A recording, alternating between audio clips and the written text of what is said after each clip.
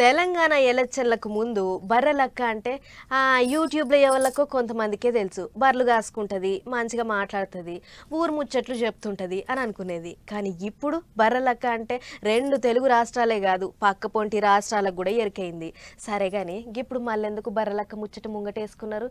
MP ఎలక్షన్లలో గిట్లా పోటీకి తయారవుతుందా ఎట్లా అని అనుకునేరు. అది కాదు ముచ్చట, వేరే ఉన్నది చూడుర్రి.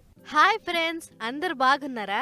డిగ్రీ చదివిన ఒక్క ఉద్యోగం లేదు, అందుకే గిట్ల బర్రెల కాడికి పోతున్న ఫ్రెండ్స్ అని సోషల్ మీడియాలో బాగా ఫేమస్ అయిన బర్రెలక ఇంత తెలంగాణ ఎలక్షన్లు చేయబట్టి లోకమంతా ఎరికైంది.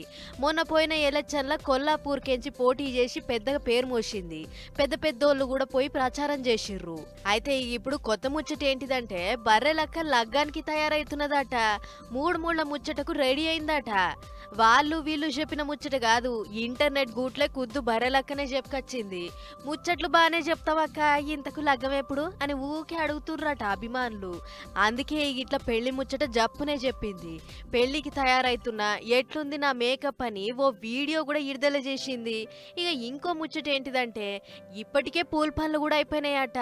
గా పూల పనుల గడియ దబ్బిన వచ్చేసరికి ఎవరికి చెప్పలేదట.